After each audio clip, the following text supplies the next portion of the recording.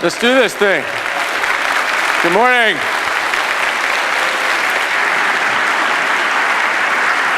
Good morning, good morning. This is the beginning of my 23rd academic year at Christopher Newport University. Thank you. And on this occasion, I want to say a word of thanks, first and foremost, to my beloved bride, Rosemary Trible, for once again saying yes to another year of public service.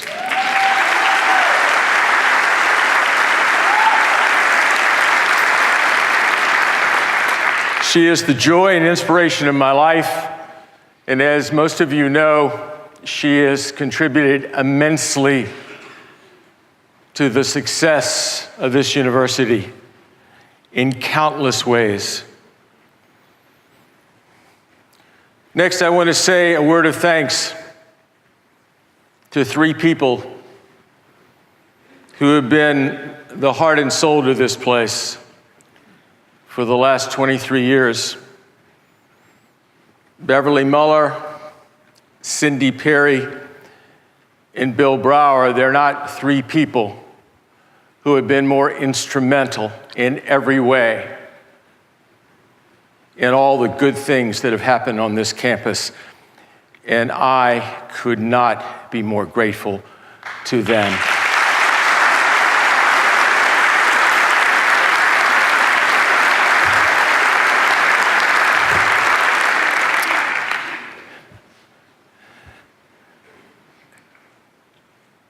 And this is Cindy Perry's birthday, and I promised her we would not sing happy birthday to her.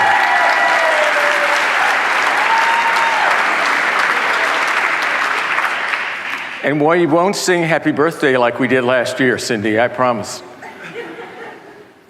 We're joined this morning by distinguished members of our Board of Visitors. Bobby Hatton, Bruce Jennings, Junius Williams, and by a distinguished former member of our Board of Visitors, Ann Honeycutt, who continues to serve this university in important ways as a member of our Real Estate Foundation. And I would ask them to stand so we could recognize them and say thank you.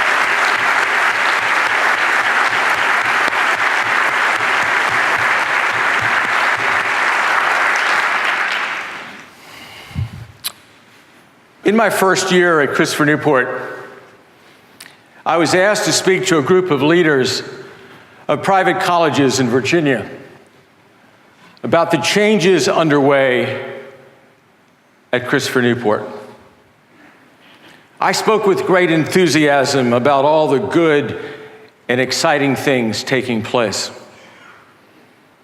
One disagreeable fellow decided to embarrass me and this university. Tell us, President Trible, he said, what is your four-year graduation rate?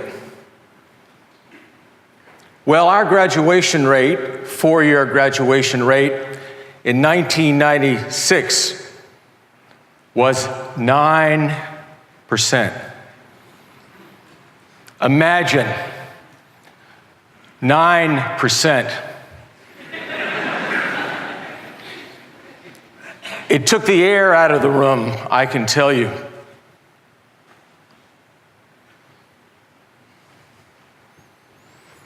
In those early years, we got busy and very focused on student success. And we have stayed focused every day and every year since then. And we've had some marvelous champions through the years. People like Maury O'Connell, Virginia Pirtle, Dave Dowdy, Nicole Guajardo, and in the most recent years, the incredible Lisa Duncan Rains. And we have come a long, long, long way. And I'm excited to share with you that CNU's four-year graduation rate today is 70%.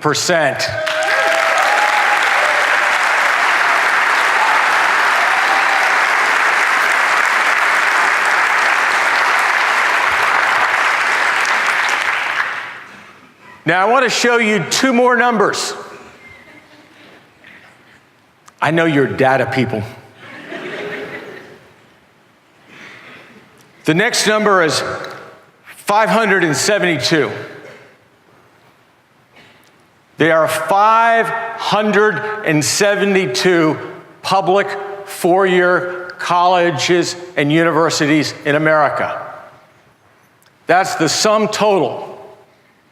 572 in America. And the next number is 12. Christopher Newport University stands 12th in the nation in four-year graduation rate among 572 public colleges and universities in America.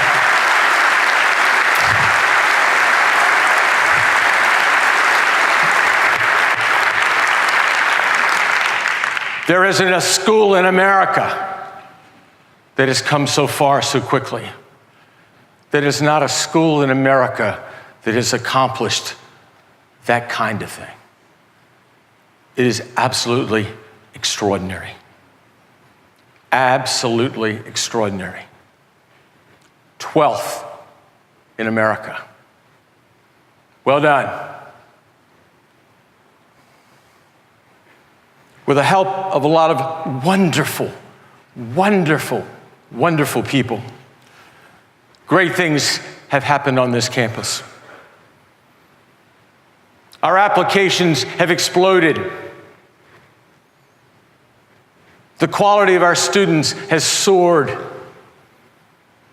We've added hundreds and hundreds of faculty drawn from the best schools in the world. We've completed over $1 billion of capital construction and built a beautiful campus with world-class facilities. Just in the last weeks, Princeton Review ranked our campus the 17th most beautiful in America.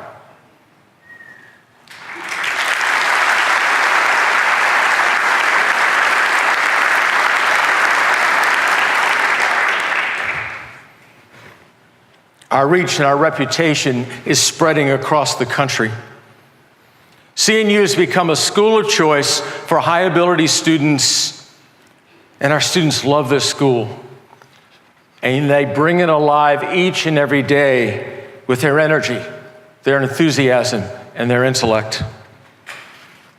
So how do we do it? First and foremost, we're very clear about vision, where we're going, and values, what we believe.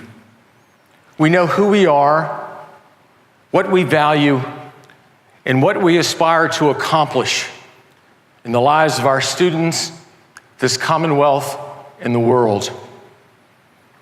In organizational leadership, if you can eliminate the negatives, sometimes you can lurch forward. But if you can align people's hearts and minds, you can soar. And that is what's happened on this campus. 2 decades ago, we set out to build a great university for America. Our purpose was to make Christopher Newport one of America's preeminent public liberal arts universities, and to do so quickly. We rejected the notion of incremental progress. We said, we're in the business of dramatic transformation, and everything that we did would be done at the highest levels of excellence. You see, Christopher Newport is about 2 things: great dreams and the pursuit of excellence. Life and leadership demand great dreams. We must have great dreams for our lives, a vision that will instruct and inspire and direct and empower us. A powerful purpose that will get us up in the morning and allow us to sprint through the day. A loud and resounding yes that will allow us to ignore all the distractions and doubters and naysayers in life. Our students must have great dreams for their lives and for the world. And it's our responsibility to ensure that they do. That same kind of vision is all important to the success of any enterprise. 90 days after I became president of Christopher Newport, I pulled together our faculty and staff and shared the vision that Christopher Newport would become a great university. I painted word pictures of that reality and spoke with as much clarity and conviction as I could muster. Now, not everyone embraced the dream on day one. There were doubters and naysayers, and they were those that thought I was crazy as hell. But they didn't matter. You see, great dreams have power and consequence. Who would have cared if we said we were going to be 5 or 10% better? No one. But wonderful people embraced the audacious dream that together we could build a great university. There are 52 members of our faculty and staff today who were at Christopher Newport in January 1996. You see their names behind me. And each of these people have contributed immensely to our remarkable success. And we've been through a lot together. And I'm very grateful to these folks. Can you see their names? I'd like to ask these folks to stand. Come on, you all, stand up.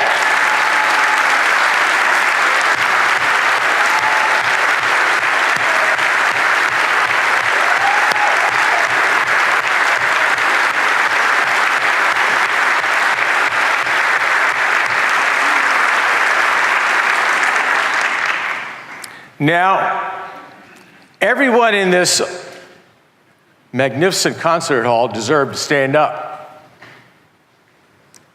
Everyone in this concert hall deserves applause. But those folks have been around for a long time. And I hope that you agree that perhaps they deserve some special recognition today. I am very grateful to each of them for being here for 23 years, for standing with us. We've come a long way together. The notion of excellence is also important. You know, the great tragedy in America today is we ask so little of ourselves and our fellow citizens.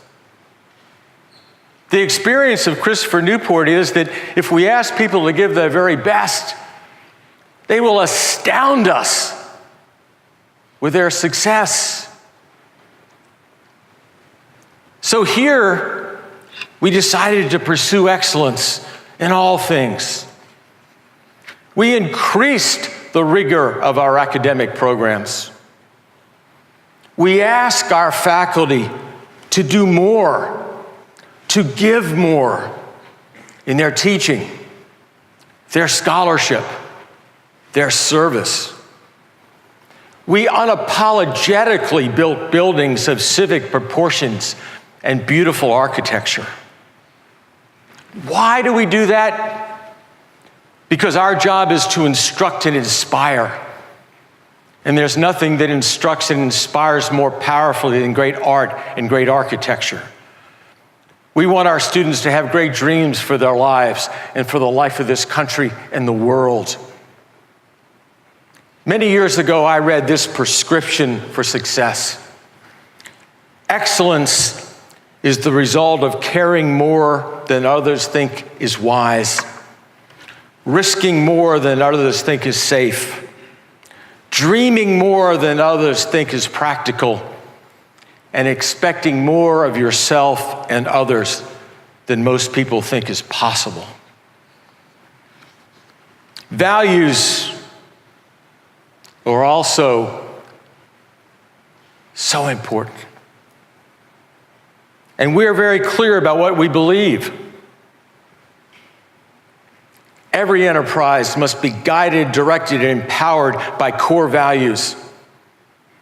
And we must find ways to underscore those values and put exclamation points behind them. The transcending value that has defined and directed the transformation of Christopher Newport is our commitment to hearts and minds and our purpose to form good citizens and leaders. Our students and graduates have called this the life of significance. And so we've embraced that as our mantra. We want our students to choose to live lives of meaning and consequence and purpose. We want them to engage and lead and serve and love and, yes, set the world on fire. And I say that, and I say that countless times. And when I go out and I meet with graduates around this country, that those words are what they say back to me. They tell me I'm setting the world on fire.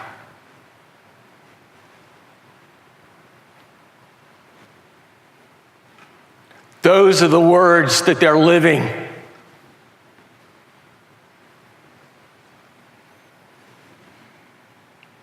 Everything that we have done over the last 2 decades has flowed from our commitment to hearts and minds and forming good citizens and leaders. That's why we have a rich and rewarding liberal arts and sciences curriculum and a rigorous core curriculum required of all of our students. That's why we emphasize the study of leadership and expect all of our citizens to serve others. That's why we build a chapel and have a speaking tradition and an honor code. Our world desperately needs young women and men who will pursue excellence, possess a passion for engagement, a moral compass to direct and define and enrich their lives, and a powerful sense of their responsibility to make the world a better place. These values are not spontaneously apprehended. They must be consciously passed on from one generation to the next. And they're being taught here at Christopher Newport. A second all-important value is putting students first, ensuring their success. Early on, I had an opportunity to underscore that core value and put an exclamation point behind it. As many of you know, early on, I arrived at Christopher Newport to the ugly old administration building, and I found that out the front door, all the parking places are reserved for the president, the vice presidents, the deans. I called all those important people together and I asked them, hey, when you go to McDonald's, are all the parking places reserved? Who are all the parking places? I said, who are those parking places reserved for? The workers or the customers? Why are we here? Who are the most important people? I said, students. So with a photographer in tow, having learned a few lessons in my political years, I went out to that president's sign, and I pulled it out of the ground and I threw it down. And we put a student sign there. And the word went across campus pretty quickly. Students are more important than presidents. Students are more important than vice presidents. Students are the most important people on this campus. That is the reason we're here. We're here to instruct and inspire and empower the lives of the young men and women that grace this campus. They are the reason that we're here.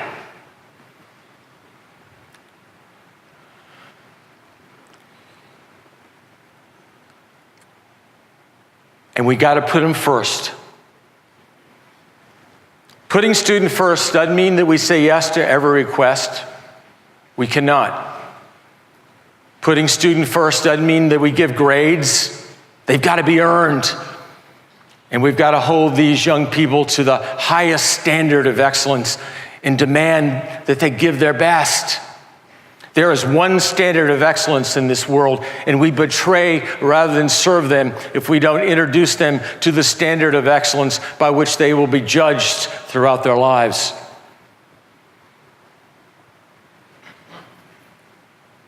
But when we encounter these students,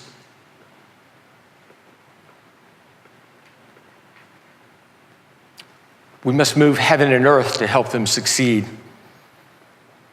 It means when we engage a student, we must ask ourselves, what's the most helpful, kind, encouraging, dare I say, loving thing that we can do right now for this young person? That attitude is woefully missing in higher education. But I believe it's the reality on this campus, and it's what sets us apart. It's what makes this place precious.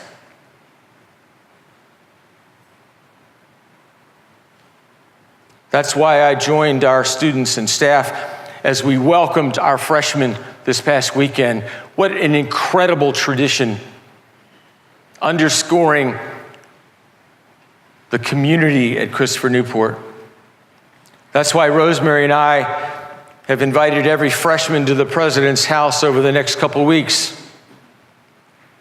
Our purpose is to personally engage every one of those remarkable young people in some meaningful way at some point during their time on this campus. We won't succeed, regrettably, in getting to know them all, but we will get to know hundreds and hundreds of those students. They will share their hopes and their dreams with us, and all too often we will know where their hearts are breaking as well. And it is the greatest joy and honor of our lives.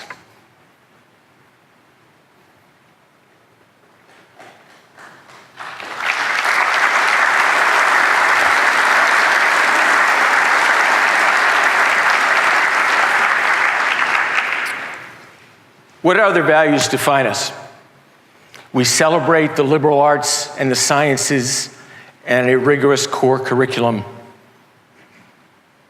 requiring writing and literature and mathematics and foreign language and the science and economics and American history and politics. Why? Because we want our graduates to be able to think critically and reason analytically and write clearly and persuasively, and to be able to bring a vast array of knowledge and understanding to bear in their lives as engaged citizens and leaders. We're committed to the undergraduate experience, and have chosen to invest our finite resources in providing great teaching and small classes and a rich and rigorous academic life where our students get to know their professors and our wonderful professors get to know our students.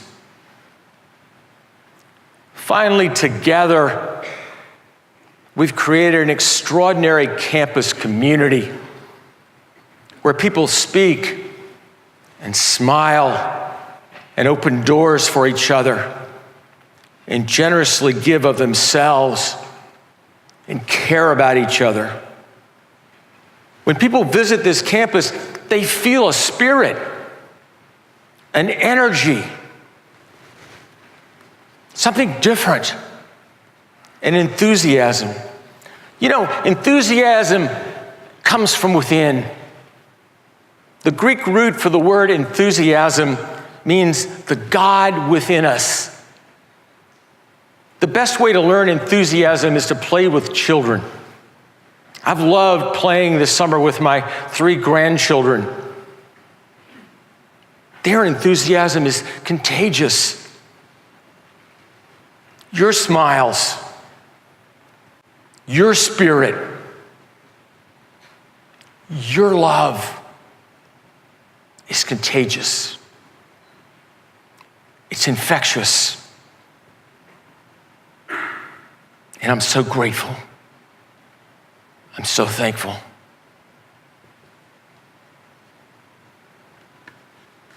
So we have so much to celebrate. We have so much to celebrate. And we've accomplished so much. So let's talk about it. Support for our faculty. The magnificent teacher scholars who transform the lives of our students every day is a top priority. 4 years ago, on this occasion, we announced the very first endowed professorship at Christopher Newport University.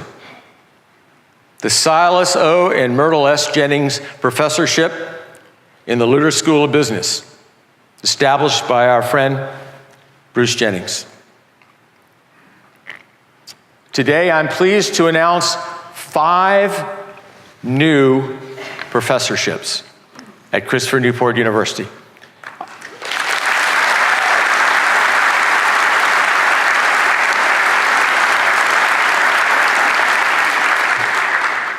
First, the Bertram and Gladys Aaron Professorship in Jewish Studies. Former mayor of Newport News and longtime cherished friend Joe Frank brought us the idea of establishing an endowed professorship in Jewish Studies, recognizing the strength it would add to our Department of Philosophy and Religion, the depth it would bring to our campus culture, and the new opportunities for engaging community as well. Many of you know Joe Frank and his remarkable wife, Jane Susan, who ably served on our Board of Visitors for many years. Joe is a passionate advocate, and he took his message to many, many people throughout Hampton Roads, Richmond, and Northern Virginia, seeking support for this important new initiative.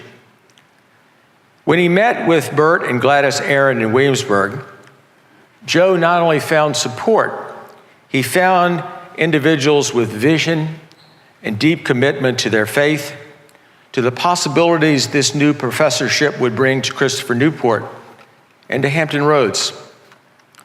Bert and Gladys made a leadership commitment, the leadership commitment, giving Joe the generous seed support he needed to secure many additional gifts and allowing us to name this new professorship in their honor. Thanks to Bert and Gladys Aaron, and to Joe Frank's tenacity and support from more than 50 donors who joined Bert and Gladys and Joe and Jane Susan in making generous gifts, it is my privilege today to announce the establishment of the Bertram and Gladys Aaron Professorship in Jewish Studies at Christopher Newport University. Bert and Gladys, and Joe and Jane Susan, would you please stand so we can say thank you, thank you, thank you.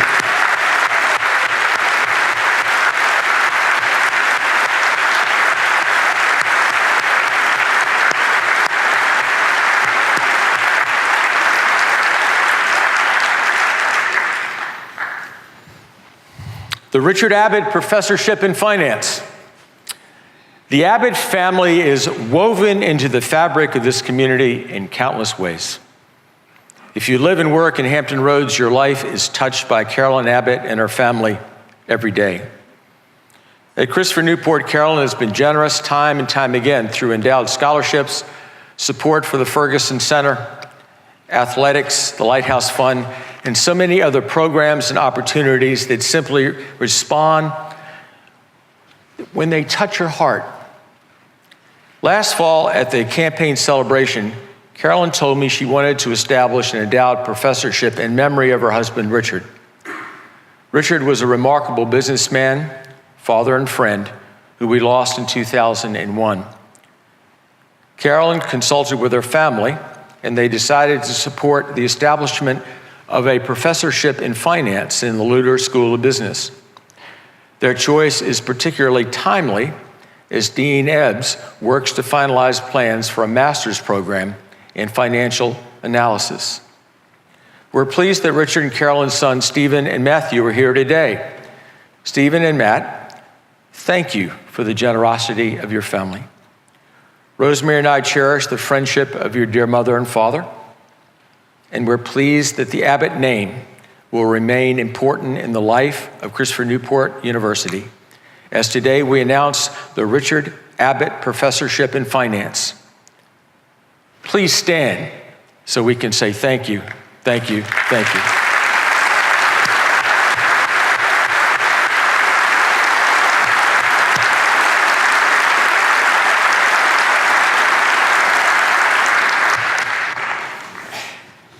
The Douglas Davis Professorship in Leadership Studies. Douglas Davis is a 1986 graduate of Christopher Newport and has built an incredibly successful career in the world of business, finance, accounting, and today serves as a principal of KPMG. Doug is engaged with his alma mater in many important ways through the years. He established an endowed scholarship in memory of his dad. Doug and his wife Sue made a leadership gift to the Click Alumni House, and the Alumni House Library now bears his name. Very importantly, Doug serves as a member of the CNU Education Foundation Board and the Board of Advisors of the Luter School of Business. Perhaps the greatest gift Doug and Sue have given to Christopher Newport is their son Will, who this fall begins his sophomore year as a President's Leadership student. Doug wanted to do something extraordinary for his alma mater. Like so many of our alumni who graduated prior to the changes of the last 20 years, he is deeply grateful for the experience he had as a student, especially for the marvelous faculty who nurtured him and gave him the knowledge base on which he built his life and career. And he's proud of the Christopher Newport of today, our vision, our values, and our heart. So he chose to establish a professorship that celebrates the faculty excellence that has been a hallmark since our beginning, and the commitment to leadership that is at the center of Christopher Newport today. The Davis Professorship in Leadership Studies will be the academic touch point for leadership at Christopher Newport. The bridge between the academic discipline of leadership and the real-time exploration of leadership, enriched and empowered by the President's Leadership Program. This will also be the first endowed professorship in the College of Social Sciences. Doug Davis is here today. Please join me in thanking him for this extraordinary gift to ensure the study and legacy of leadership at Christopher Newport University. Doug, thank you.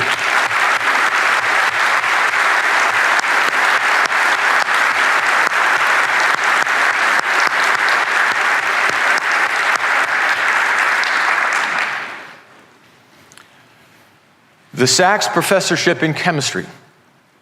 Dr. Lawrence J. Sachs is a professor emeritus in chemistry who served with great distinction for 23 years on the faculty at Christopher Newport.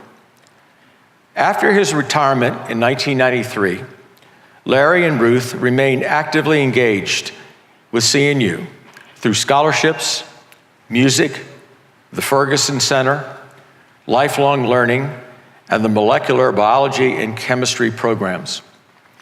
Larry recently received a surprise inheritance, and he and Ruth and their family decided to take that money and make a gift of their own. They chose to do something truly extraordinary for Christopher Newport. They established an endowed professorship, the Dr. Lawrence J. Sachs Professorship in Chemistry. The professorship has been fully funded, and the position will be filled in 2019. The Sachs Professor is the first active endowed professorship in our College of Natural and Behavioral Sciences. Additionally, they created the Dr. Lawrence J. and Ruth Sachs Endowed and Annual Scholarship in Chemistry. This scholarship will address financial need and reward merit and will cover full tuition for an incoming chemistry major. It is our most significant endowed scholarship supporting a student majoring in the STEM disciplines. Larry and Ruth's generosity has forever transformed chemistry at Christopher Newport, and we are deeply grateful for their remarkable gift. Larry and Ruth, we thank you.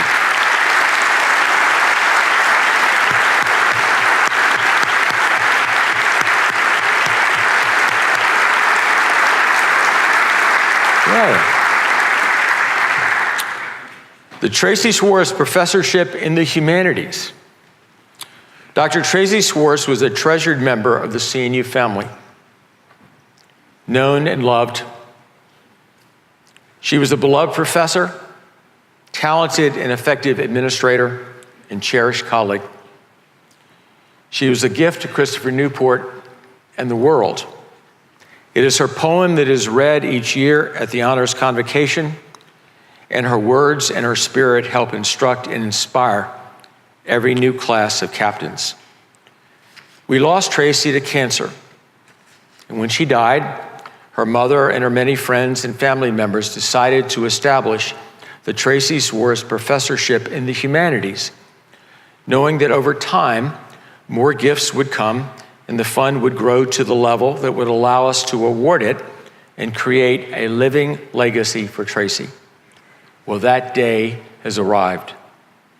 I'm pleased that Tracy's mother, N.C. Teets, and her aunt, Carolyn Hudson, are here today.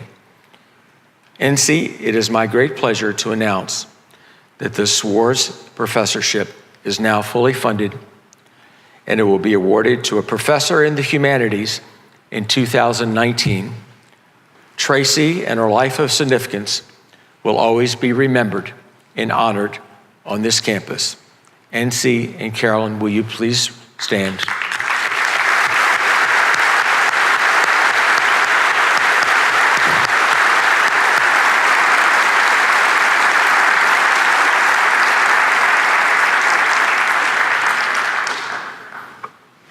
What a wonderful day for Christopher Newport, for our faculty. What marvelous generosity. We're so grateful. Let me speak about admission. This week, as you know, we welcome our first-year students. And it is an outstanding class of young people. Our freshman class will number 1,213 students, once again exceeding our annual goal of 1,225. They come from 25 states and 8 foreign countries, and 21% are students of color.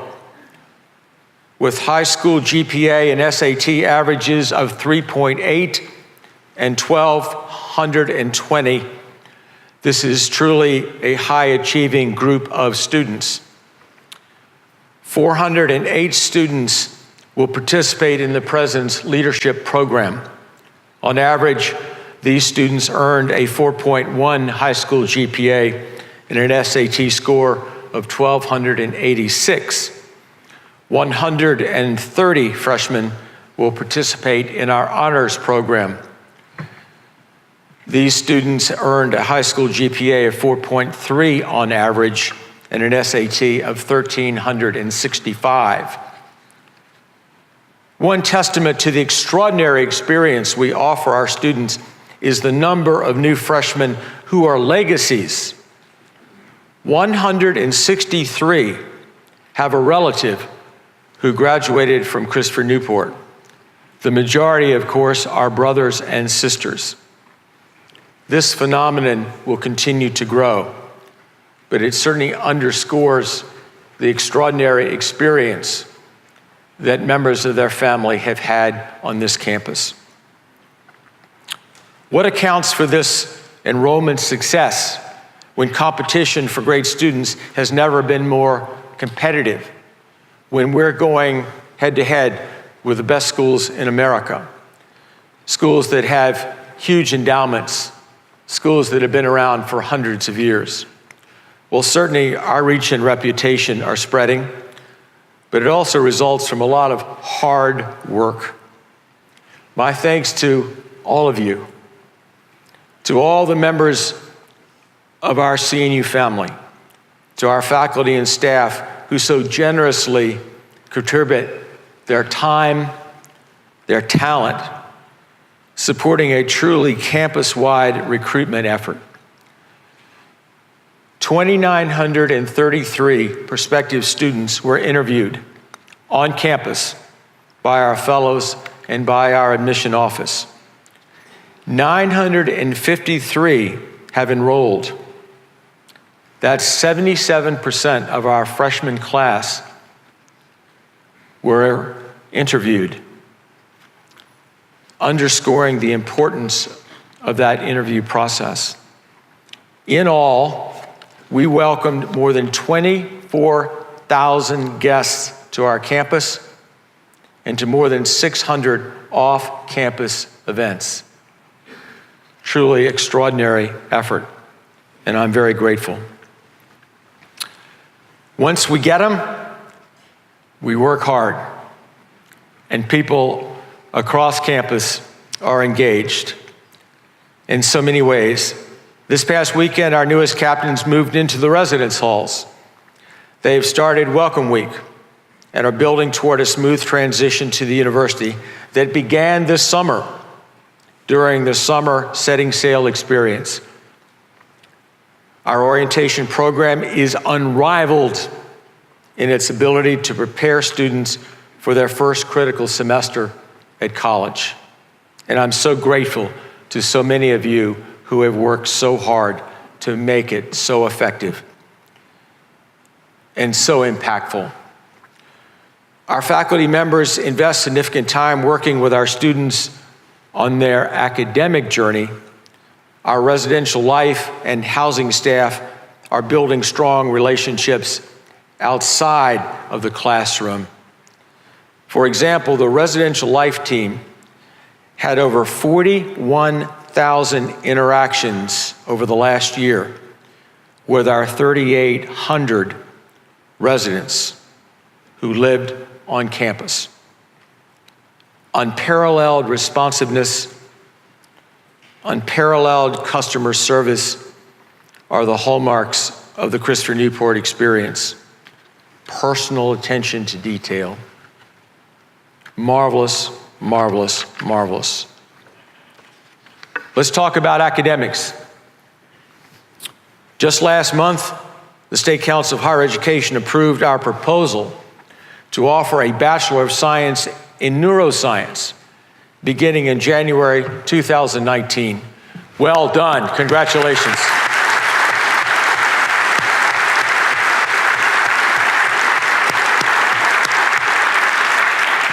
This new standalone degree program is a direct outgrowth of our existing major in neuroscience, which has been offered under our interdisciplinary studies degree.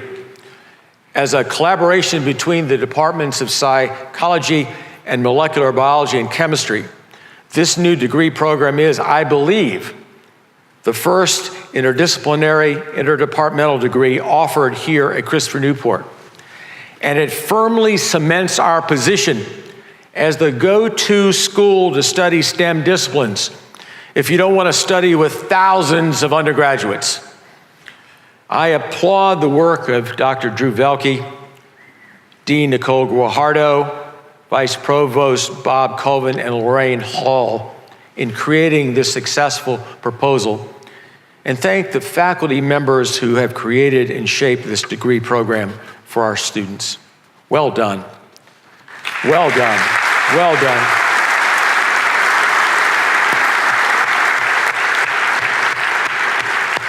And let me say a word about sponsored programs. Our faculty have also actively pursued external support for their scholarly endeavors. Of the 55 grant proposals submitted, 22 have been funded, totaling $3 million in external support for research. This includes awards from the Virginia Arts Commission, the National Park Service, Virginia Geographic Alliance, and the National Science Foundation. We've just learned that Drs. George Custer, Sarah Linhart in the Department of Mathematics, Dr. Lisa Webb of the Department of Molecular Biology and Chemistry, and Dr. Jean Folletti, Director of the Teacher Preparation Program, have received a $1.1 million grant through the National Science Foundation's Robert Noyce Teacher Scholarship Program. This project aims to recruit and train STEM majors to become highly qualified teachers, prepared for the challenges of teaching in high-need schools. The receipt of external grants such as this contribute to the overall prestige of the university, and they are a testimony to the quality of our faculty scholarship. Very proud of all of you, and I applaud the scholarly work of our faculty. Well done, well done.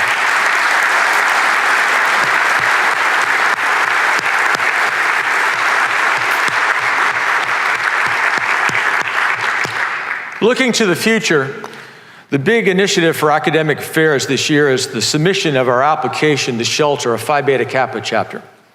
Phi Beta Kappa is the most prestigious national honor society for college students, celebrating excellence in the liberal arts and sciences.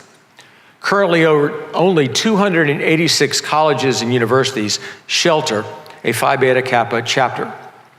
At Christopher Newport, we become a preeminent public university emphasizing the study of the liberal arts and sciences. We've climbed in the national rankings. We have truly become a Phi Beta Kappa school. The task now is to convince Phi Beta Kappa that we made this transition. Preparation of an application is an arduous process, as there are 75 questions requiring answers with both narrative and hard data.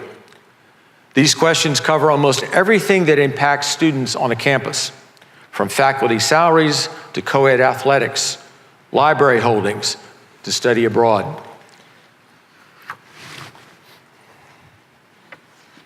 Our submission is due November 1st. I want to thank the primary writers of the application, John Nichols, Laura Powaka, Jonathan White, for their hard work, along with all the Phi Beta Kappa faculty reviewers and our staff who have helped to prepare this extensive application. Finally, in the next few weeks, the Luter School of Business will be submitting to the Graduate Council a curricular proposal for a Master of Financial Analysis degree. Our initial consultation with the staff at State Council suggests that Virginia would benefit from this new degree. A query of industry experts indicates that graduates of such a program would be in high demand. The proposed master's degree would provide advanced education in the fields of finance and accounting, preparing graduates to be competitive in obtaining the certified public accountant, the chartered financial analyst, and the certified financial planner certifications. Students will focus on data analytics, wealth planning, capital investment strategies, asset valuation, among other areas. My thanks to Dean Ebbs, Professor Ronnie Cohen, Professor Gabrielle Lingenfelter for their hard work in constructing this proposal for the graduate faculty to consider. The provost and I look forward to receiving the recommendation of the Graduate Council, and we're hopeful this program will be approved and can be moved forward and made available to our students in the days ahead. It is an important initiative. Let's talk about student success. As we all know, student success is all important. At CNU, we offer high-impact programs to build a strong foundation for the success of our students and to effectively introduce them to the rich academic, cultural, and residential life of the university.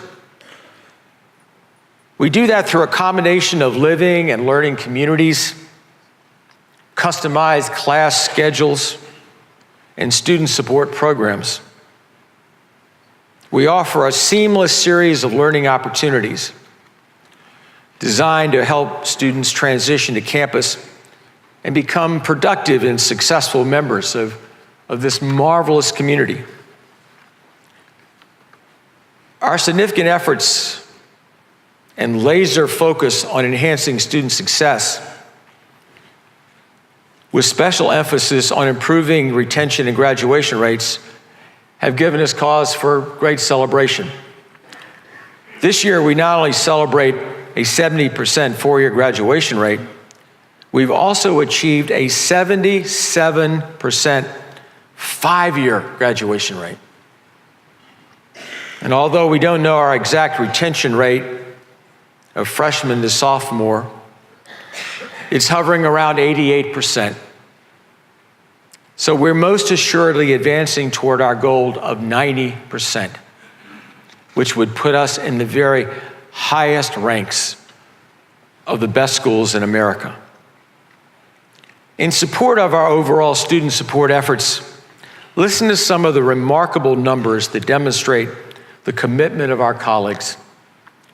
The Registrar's Office programmed over 87,000 degree evaluations, recorded over 110,000 individual grades, processed over 18,000 dual enrollment, international baccalaureate and AP credits, facilitated over 110,000 registration transactions, and graduated 1,234 students.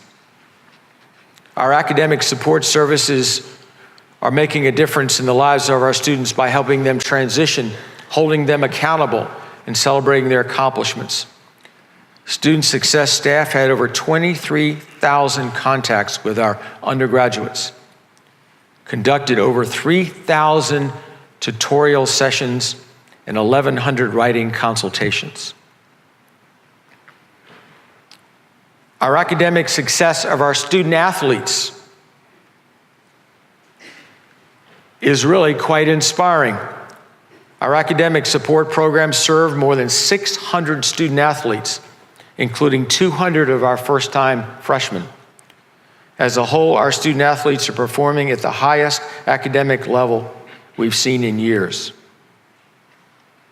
In preparing our students to communicate the competitive edge they gain from their Christopher Newport academic experience, things like internships, research, and study abroad, the Career Center engaged this year, listen to this, over 4,300 of our students. That's 85% of the students at CNU. The Career Center engaged 4,300 of our students. 85% of our students. It's a remarkable number. More than 1,000 employers have actively contacted our students and staff. The center has developed relationships with over 2,500 organizations to offer internships and post-graduation opportunities, and hosted 500 of those organizations on campus this past year. One final and important note. Great public universities inspire and educate and position students to be prepared for the world beyond. We know that Christopher Newport's rigorous academic programs, our emphasis on things like leadership and honor and civic engagement, empower our students for future success. And in recent years, we've been measuring the future success of our students, where they go beyond here.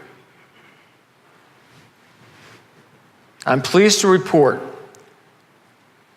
that within 6 months of graduation, 92% of our students are either full-time graduate students or employed full-time. 92% of our students.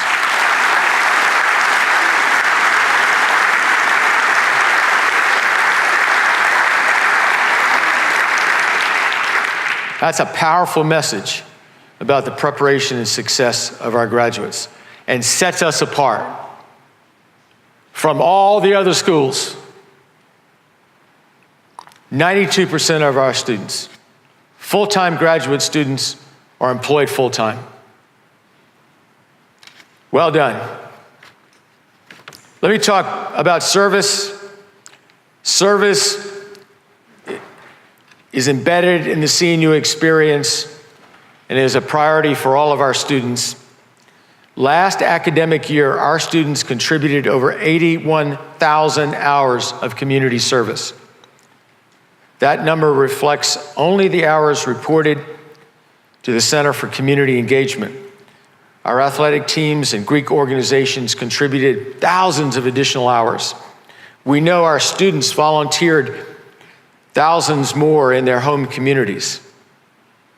More than 2,100 students have registered to participate in the Service Distinction Program, an 81% increase over the last 4 years. Commitment to service is real. It's a distinctive of the Christopher Newport experience, and it's making a positive difference in the lives of our students and in the world. Let me say a word about athletics. Christopher Newport athletes enjoyed one of the greatest years in our history. The captains celebrated more than 250 victories and won 76% of our contests. We swept the Capital Athletic Conference All Sports Awards for the second consecutive years. And listen to this. Christopher Newport placed 15th in the nation in total athletic supremacy among the more than 400 schools in Division III of the NCAA. Christopher Newport, Emory, and Washington Lee were the top-ranked schools in the South. And we placed along with Williams, MIT, Middleburg, Johns Hopkins, Amherst, Washington University, and the University of Chicago as the most successful athletic programs in America.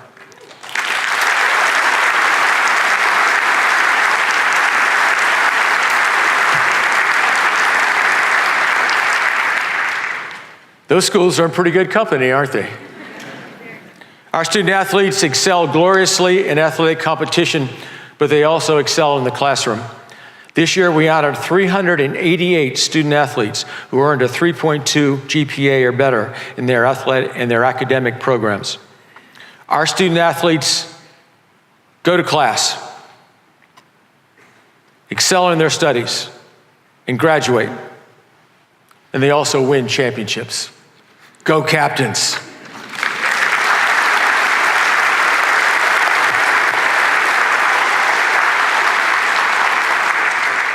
My congratulations to our coaches. I appreciate our coaches and the way they lead. Next, let's talk about capital.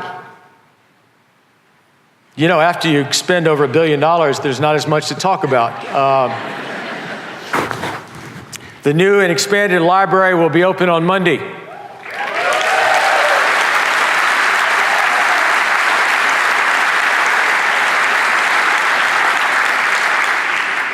And will be open 24 hours a day, 7 days a week.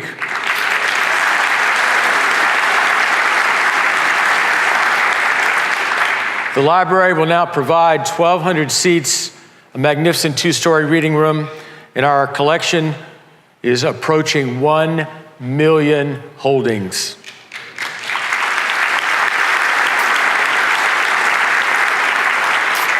In addition to many individual and group study spaces, there's a lecture hall, 2 more classrooms, one of which is a state-of-the-art digital humanities classroom, which was inspired by Dean Laurie Underwood. Yes.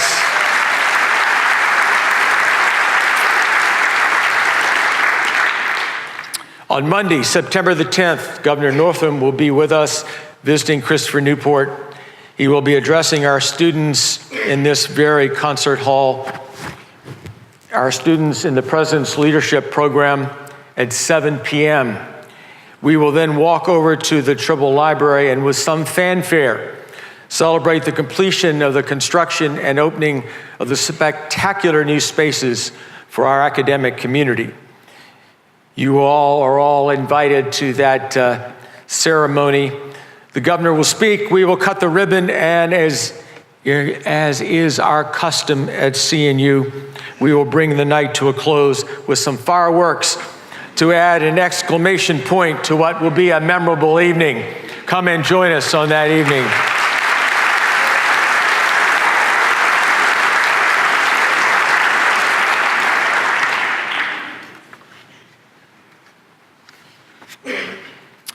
As you walk across the campus this fall, you will notice something very different.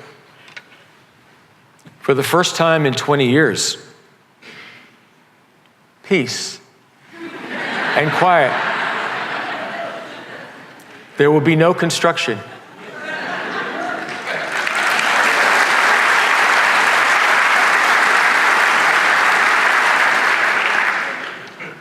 Until sometime after Thanksgiving.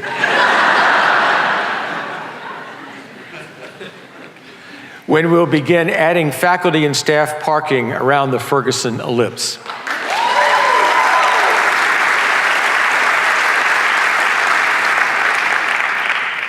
Then early in the new year, we'll begin our next major capital project, the Fine Arts Center and Band Rehearsal Hall.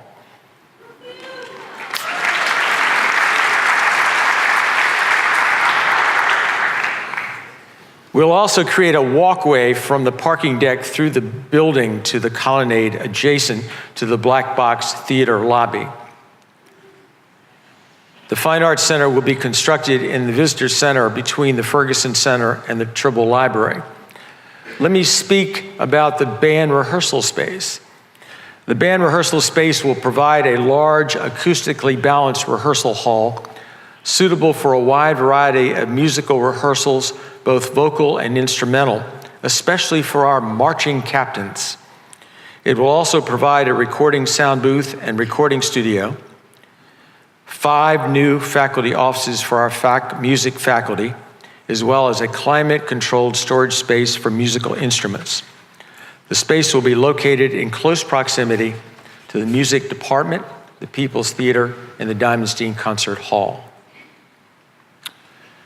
The Fine Arts Center will connect by an expanded colonnade to the Ferguson Center for the Arts, part of the original design as envisioned by I.M. Pei. As you can see, the new building features a dramatic glass lobby in the shape of 3 billowing sails, reminiscent of spinnakers on the bow of a sailboat. The glass lobby serves as a counterpoint to the lobby and tower of the beautiful Diamondstein Concert Hall. The Fine Arts Center will support the important activities of our Fine Art and Art History Department, the many programs of instruction to citizens of all ages that will be provided by Christopher Newport and our partner, the Peninsula Fine Arts Center, and provide galleries for student exhibitions, as well as visiting and permanent collections. This $54 million project will be completed in the spring of 2021. Now, the Commonwealth of Virginia has been very generous with capital funding for construction, and we are very, very grateful. But once again, the state has failed to provide funding to increase salaries for faculty and staff. However, I'm pleased to report that Christopher Newport will fund a salary increase.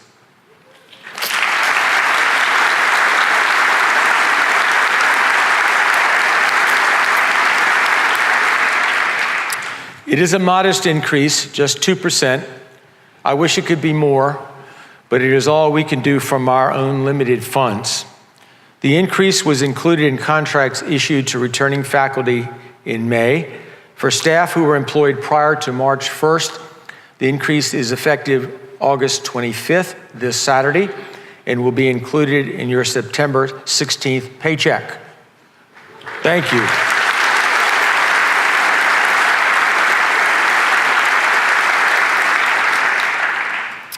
So say a word to the Board of Visitors, folks, on your way out here.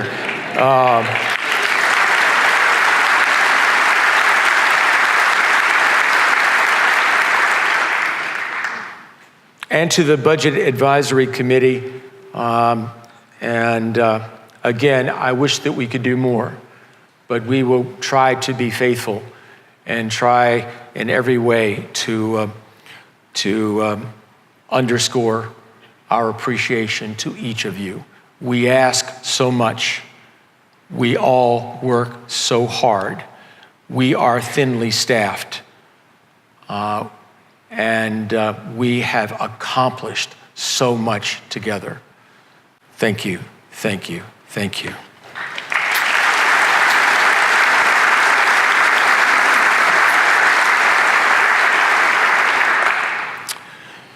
As a community, we must foster an open and supportive teaching, learning, and working environment, one that's affirming, safe, welcoming, and empowering.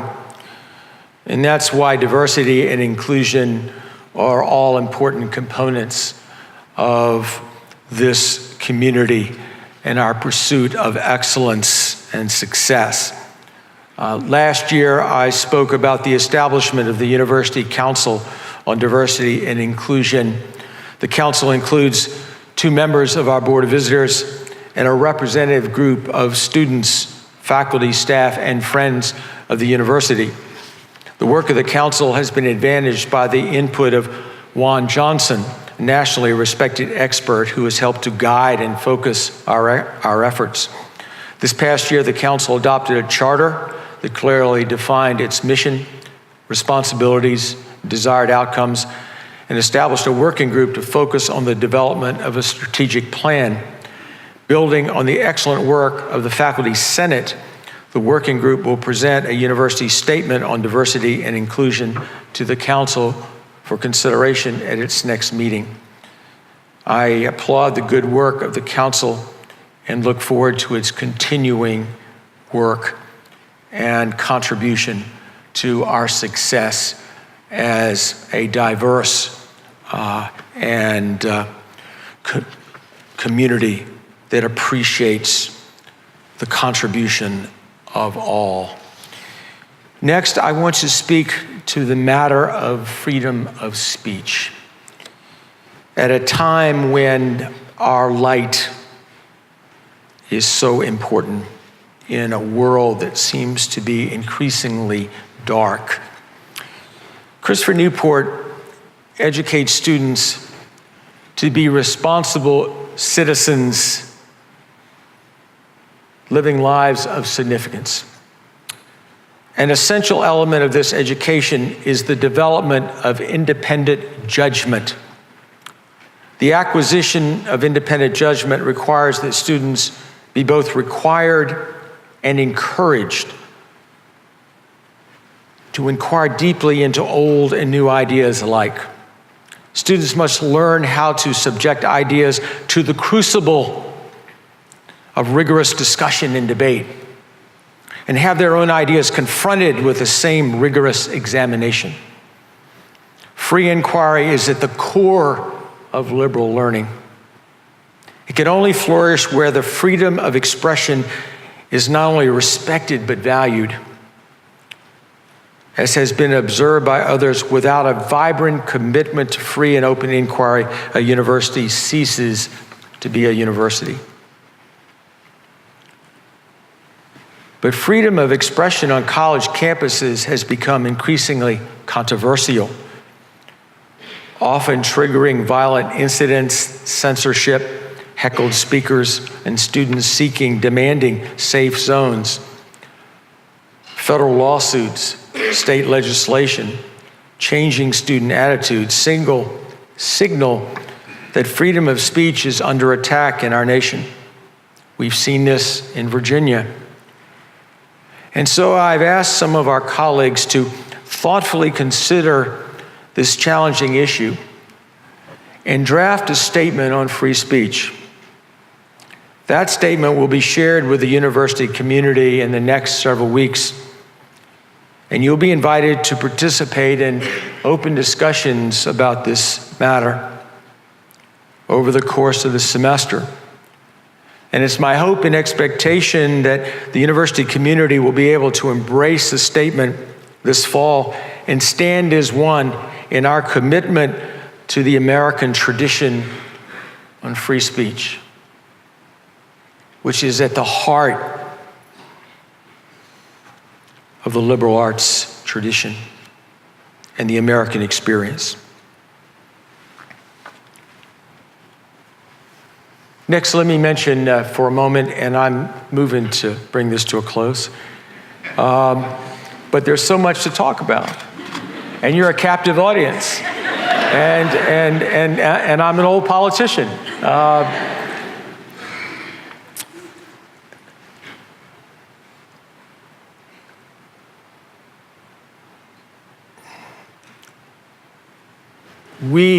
The great requirement of this university in the days ahead is to create the financial foundation on which great universities rest. That's the great challenge going forward. All the other pieces have come together so quickly, so marvelously. We have incredible faculty. We have marvelous students. We've built a world-class campus. A great challenge before us is to build the financial foundation on which great universities rest. To provide, for example, the scholarships to reward merit and help students with financial need. That is the first priority for us. To create the endowed professorships, to empower the lives of our marvelous faculty,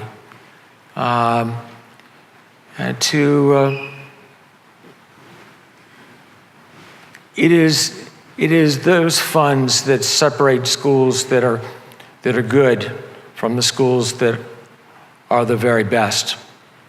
And so we have a marvelous team that's working every day. And so we have to look to our alumni. We have to look to our friends in the community to say, embrace the dream. Look what has happened on this campus. Help us as we build this great university. And people are responding so generously. And so in terms of requirements, the great requirements for us is to build an endowment that will empower the life of this university going forward, that will provide the dollars that will allow us to attract and retain great students, that will allow us to compete for the very best students, that will allow us to bring to our campus young women and young men that otherwise could not afford to come to this campus and remain on this campus. Every year, extraordinary young men and women fall in love with this place, but are unable to come because they can't afford to come, and we simply do not have the money to offer them that opportunity. And it breaks our heart, and it breaks their hearts.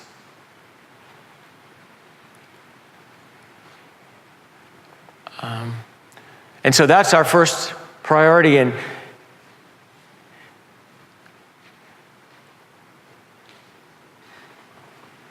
we need to empower our faculty, and that's why we led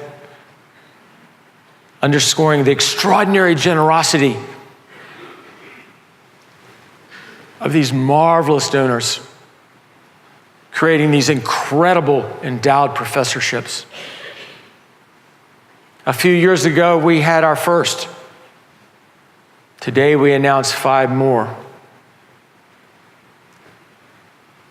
That's an incredible priority for us and a marvelous achievement. We have to look to our alumni. And our alumni love this place, and they're responding so generously. They're so young. We have so few alumni. But they're responding so generously. When we began our comprehensive campaign, just 7% of our alumni gave. When we completed our campaign, we increased our alumni giving by 10 percentage points. 21% of our alumni now give. It's one of the highest giving rates in the nation among public colleges and universities. It is absolutely extraordinary. They give so generously. But the most remarkable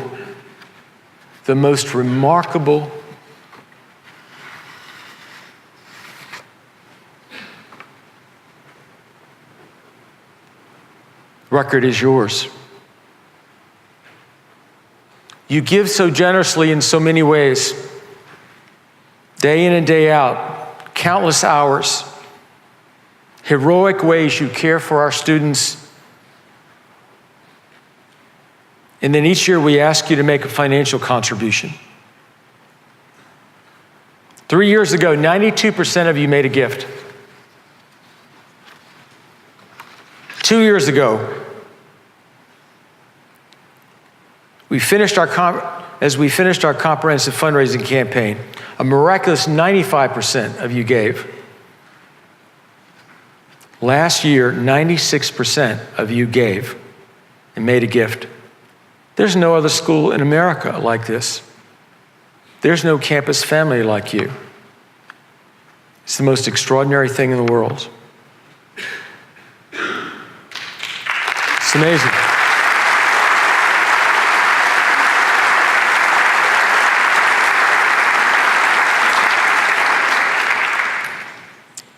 There's a magic here.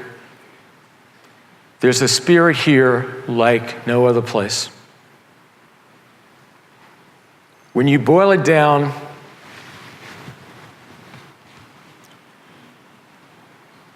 it's all about love.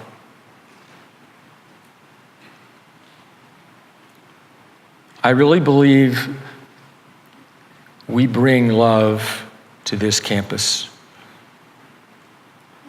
And you share a love so generously,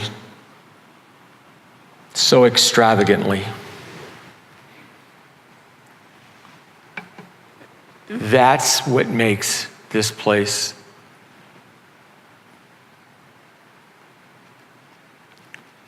so precious.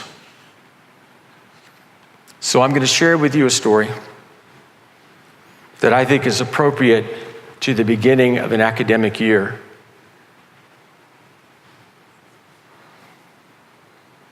As I bring my remarks to a close. It's a story about Miss Thompson. She was a school teacher, like all of us. Every year when Miss Thompson met her students, she would say, "Boys and girls, I love you all the same. I have no favorites." But of course, she wasn't being completely truthful. Teachers do have favorites. And what is worse, most teachers have students they don't really like. Teddy Stollard was a boy that Miss Thompson just didn't like, and for good reason. He just didn't seem interested in school. There was a blank expression on his face. His eyes had a glassy, unfocused appearance. When she spoke to Teddy, he always answered in monosyllables. His clothes were musty, his hair unkempt. He wasn't an attractive boy. He wasn't even likable. Whenever she marked his papers, she got a certain perverse pleasure out of putting X's next to the wrong answers. And when she put F's at the top of the papers, she always did it with a flair. She should have known better. She had Teddy's records, and she knew more about him than she wanted to admit. The records read, "First grade, Teddy shows promise with his work and attitude, but poor home situation. Second grade, Teddy could do better. Mother is seriously ill. He receives little help at home. Third grade, Teddy's a good boy, but too serious. He's a slow learner. His mother died this year.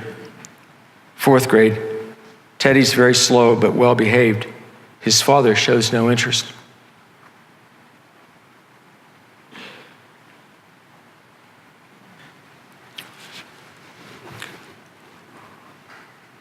Christmas came.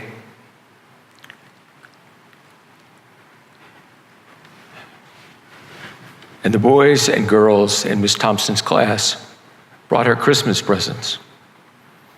They piled their presents on her desk and crowded around to watch her open them. Among the presents, there was one from Teddy Stollard.